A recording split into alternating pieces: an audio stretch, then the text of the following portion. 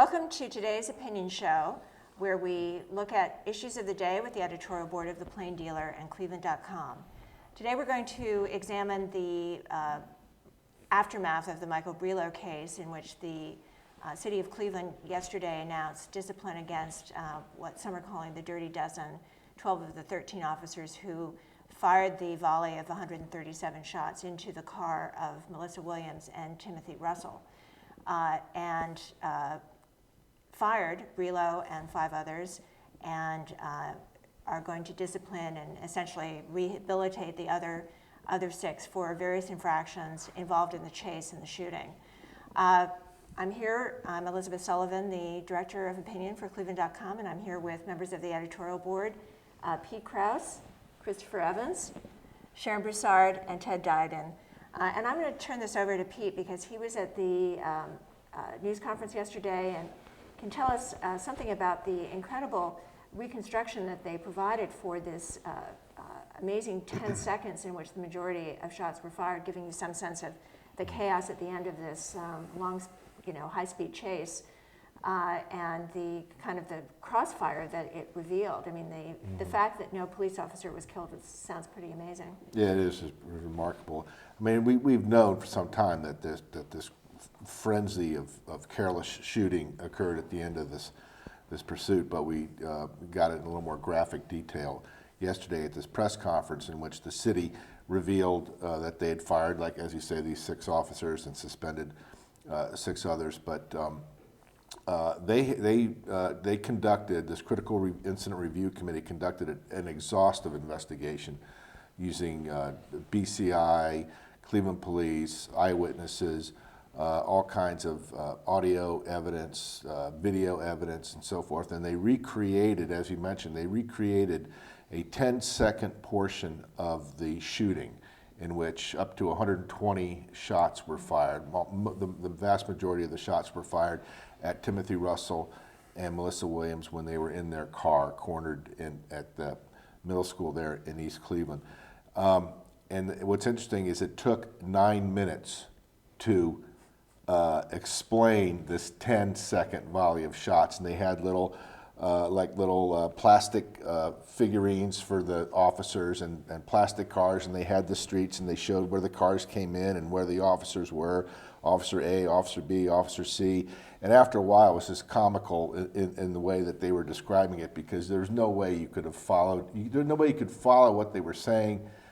So just imagine what it was like when it was actually going on. Well, does that chaos excuse the officers in a way that, they apparently, just because they shouldn't have actually been there, some of them because they were called off during the chase, maybe they should have known that the couple didn't have a weapon in their car, but they seem to think because of all the shots that they did. Well, I mean, does that excuse them? Well, no, it doesn't excuse them, because there's a general order, police order, that says that you must know your target when you shoot at it. You must know what's the backdrop and what's beyond. So in other words, there's a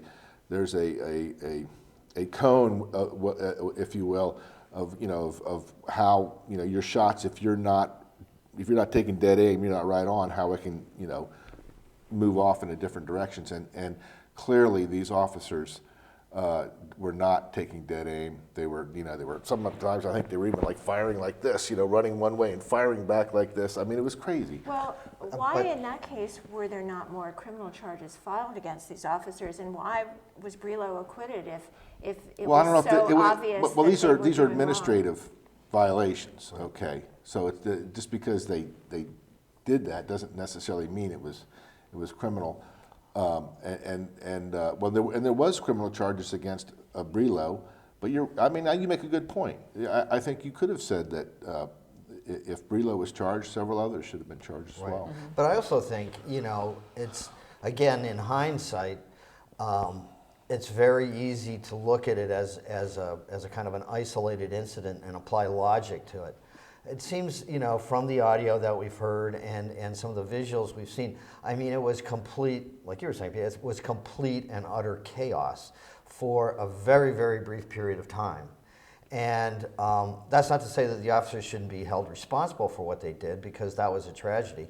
But I wonder, as Steve Loomis pointed out yesterday, I mean, what about McGrath and then Safety Director Marty Fless? I mean, they were the people who were in charge of the department that these officers worked for.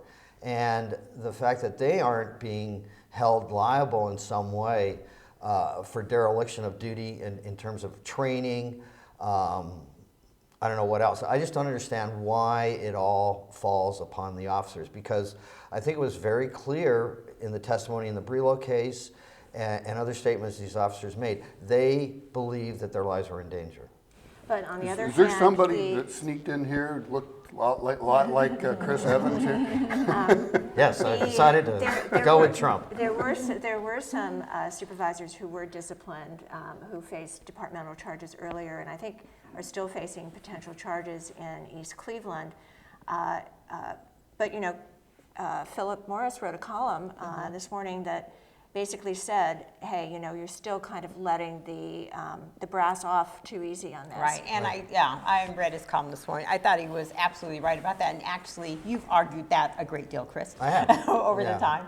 So I totally agree with that, but you know, I don't want to let's not sit here and, you know, act as though Loomis is like some kind of oracle or something like that. I mean, I thought his comments today in the paper about how, you know, he's going to fight basically to the death for these guys was just like absolutely down the wrong road. That is what he, I know, guess, but that's what he does. That's You know, what but, the union you president know, is supposed to say. Right. yes, but I mean, I think to the community it just kind of was an insult. And the troubling- he doesn't want anything to happen to these people at all, and that's wrong. And you're right, people at the top should have been held accountable. They should have been. The troubling background to this issue with Steve Loomis is that we know there's a history with the city of arbitrations with the police going against city discipline. Right.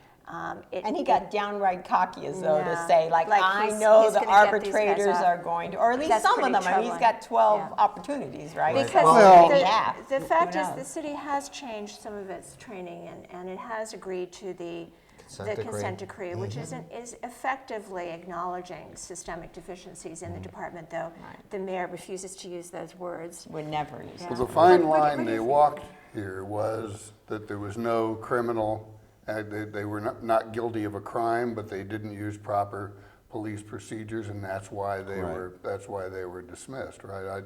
Yeah. And I don't know. In these cases, I'm almost always instinctively come down on the side of the police. They have this horrific, very difficult job. It's real easy to sit behind your desk months later and stroke your beard and say, well, they should have, you know, looked at it in this way, and they should, with the adrenaline flowing and everything else, they should have known that these guys weren't armed in the car. They just led them on a chase all the way through the streets of Cleveland, East Cleveland.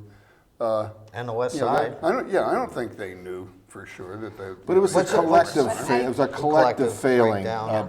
by several district supervisors, dispatchers, everybody. But one other point I wanted to make is, Betsy, you mentioned the training that they've received, and there's been changes in policies for pursuit and use of excessive force and so forth.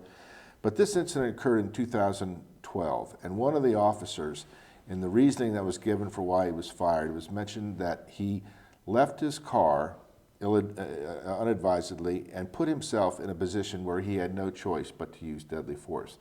2 years later, isn't that what Timothy Lohman did? Didn't he leave his car and put himself in a situation where he had little choice to use deadly force? You got to wonder if you know, this cannot just be lip service. There has to be constant vigilance in that department if they are going to really change the behavior. You can't just say, you know, this is payback for, you know, the loss of these 2 lives, and everything is going to move ahead, and the city has been absolved and so forth.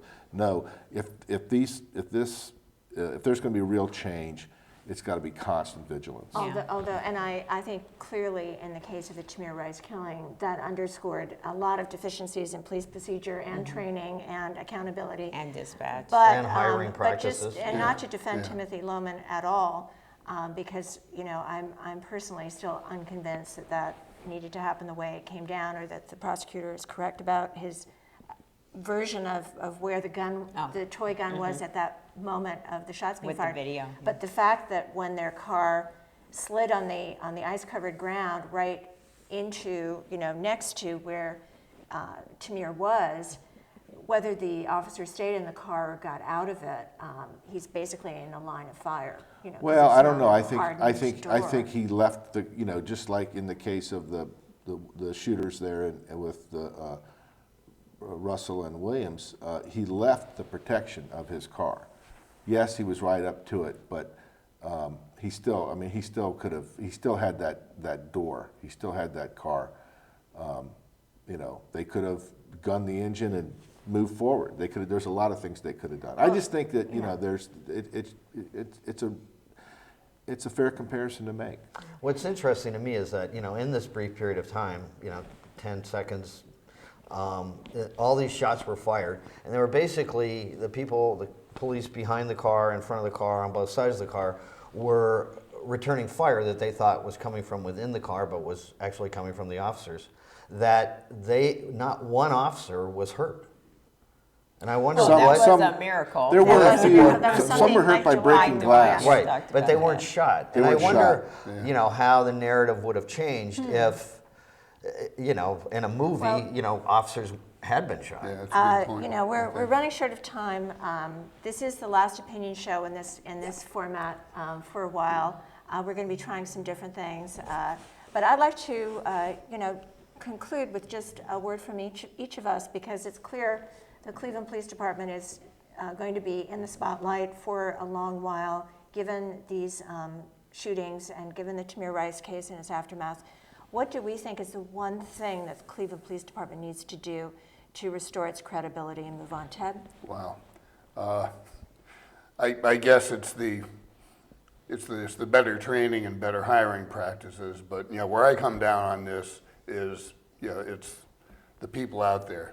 If a cop says stop, stop, don't run. If a cop says show me your hands, show me your hands. And if you do those things, you don't get shot. There isn't a police brutality. There's no Tamir Rice. There's no Brelo and the cops are out there doing a dangerous job, and if you don't obey them, you suffer the consequences. Sharon? Okay. I would say there was a minister I talked to last week about this issue, one of the ministers who canceled the meeting with McGinty, and he said the consent decree, because I asked him was it a good thing, and he said it was, but it's like the Bible. It's only good if people adhere to it. So I would say adhering to the consent decree, following its principles, and really like having the police and the community and everyone buy into that and really support it. Okay, my opinion is that it is all about equality and fairness in the justice system, in law enforcement. That it's a much deeper issue and it's a national issue, but that in Ohio and Cuyahoga County, we really, and the city of Cleveland, we really have to look hard at the inequities in our justice system and how to correct them. Yeah, I agree with Betsy, but I think one place to start is community policing. The officers have to get back in the neighborhoods and get to know the people that they are there to protect and serve. Pete, last word. Hiring practices. I think police forces have to have the ability to hire the very best people they can, and maybe raise the bar, and and the community has to realize just how important those jobs are, and they have to be filled by good people who are dedicated to being police officers, not tough guys on the street. Well, thank you very much for tuning in and listening to us for the last 2+ years. We appreciate it, and we've enjoyed it too. Thank you. We've enjoyed